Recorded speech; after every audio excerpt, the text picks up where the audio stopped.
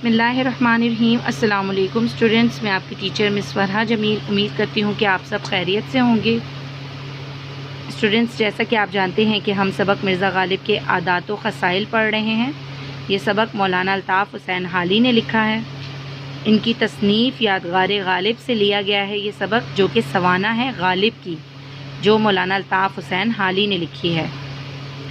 बच्चों, हमने इससे पिछला जो सबक पढ़ा था नसर पारा नंबर 1 और 2, तो बच्चों जानते हैं कि इसमें से जो सवालात मुमकिन आपके इम्तिहान में आ सकते हैं आपको किस कदर याद हैं।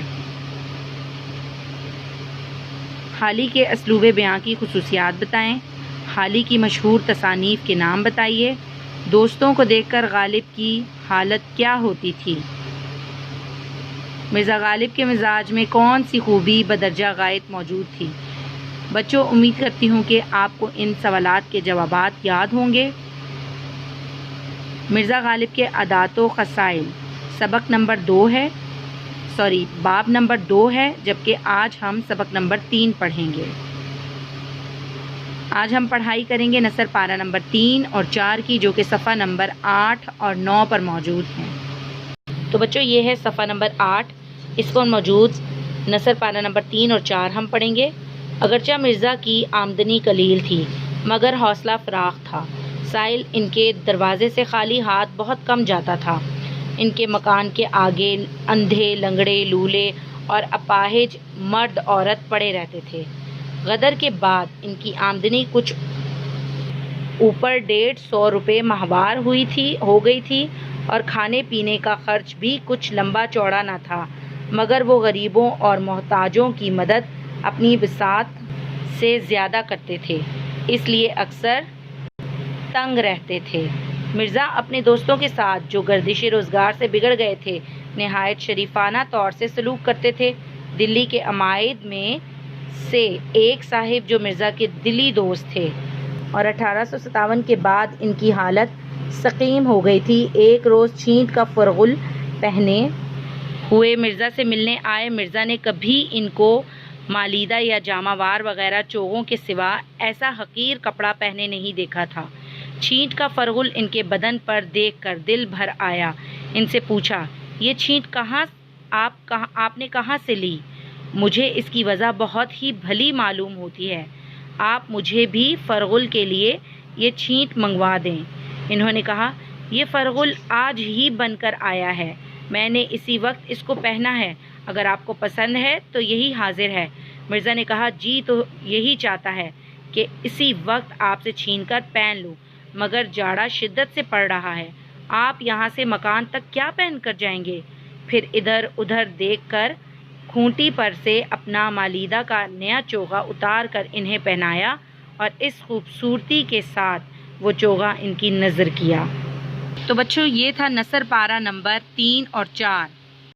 अब हम इस नसर पारे के इस्लाह तलफ़्फ़ुज़ का जायज़ा लेते हैं।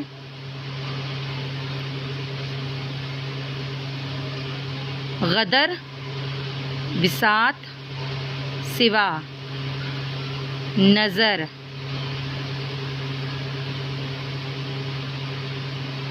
अमायद, सकीम,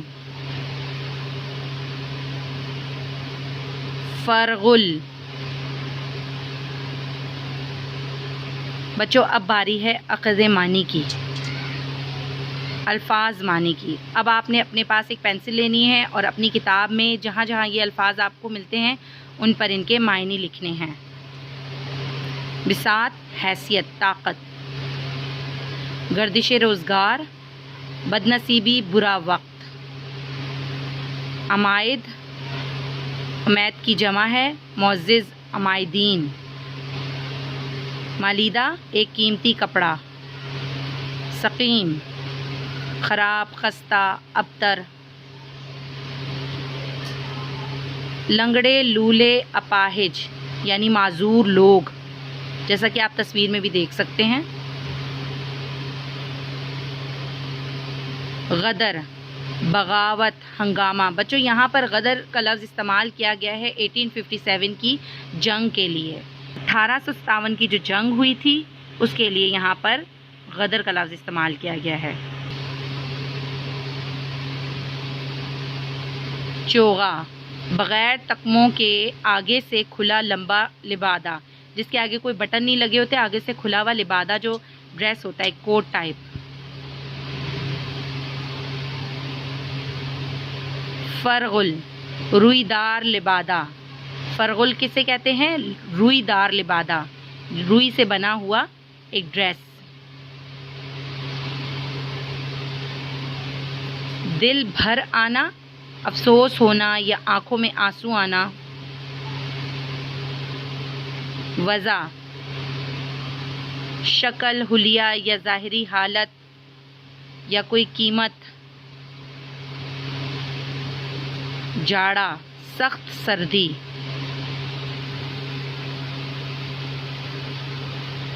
کھونٹی، دیوار میں گڑی ہوئی کپڑے لٹکانے کی کیل کو کہتے ہیں کھونٹی۔ نظر کرنا، تحفے کے طور پر دینا۔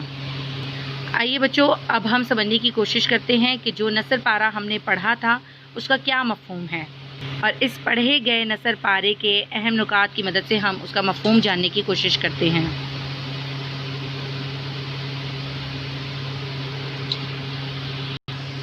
بچوں مرزا غالب کے بارے میں مولانا الطاف حسین حالی کہتے ہیں کہ مرزا غالب اتنے فیاض اور سخی تھے کہ دوسروں کی ضرورتوں کو اپنی ضرورت پر ترجیح دیتے تھے، یعنی کہ دوسروں کا زیادہ خیال رکھتے تھے۔ حالانکہ ان کی اتنی کوئی زیادہ تنخواہ نہیں تھی، لیکن اس کے باوجود بھی کوئی سائل یعنی کہ کوئی فقیر، کوئی اندھا، لولا، لنگڑا، اپاہج ان کے دروازے سے خالی ہاتھ نہیں جاتا تھا۔ اور یہاں تک کہا گیا کہ 1857 کی جب جنگ ہوئی غدر کے بعد، یعنی بغاوت کے بعد، ان کی آمدنی کچھ اوپر 150 روپے ماہوار ہو گئی تھی، اور کھانے پینے کا خرچ بھی کچھ لمبا چوڑا نہیں تھا، لیکن غریبوں کے لیے یہ اپنا دل ہمیشہ بڑا رکھتے تھے، حالانکہ خود اکثر تنگ ہو جایا کرتے تھے۔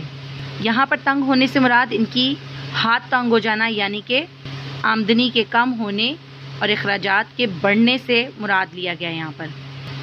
بچوں غالب چونکہ ان کی آمدنی کم تھی لیکن ان کا حوصلہ فراخ تھا، یعنی بہت بڑا دل تھا ان کا۔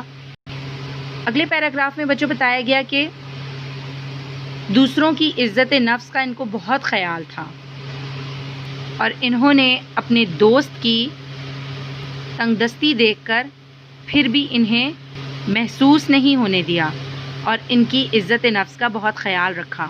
مرزا غالب کے دوست ایک دن چھینٹ کا فرغل پہن کر آ گئے تھے، حالانکہ ایسا لباس غالب نے کبھی انہیں پہنا دیکھا نہیں تھا، کیونکہ وہ قیمتی لباس پہنا کرتے تھے، لیکن پھر بھی مرزا غالب نے ان کی عزت نفس کو مجروح کیے بغیر اپنا قیمتی لباس ان کو پہنا دیا اور انہیں محسوس بھی نہ ہونے دیا۔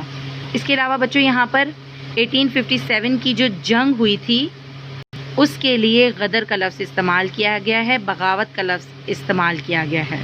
بچوں تو آج ہم نے نثر پارہ نمبر 3 اور 4 پڑھا، سمجھا۔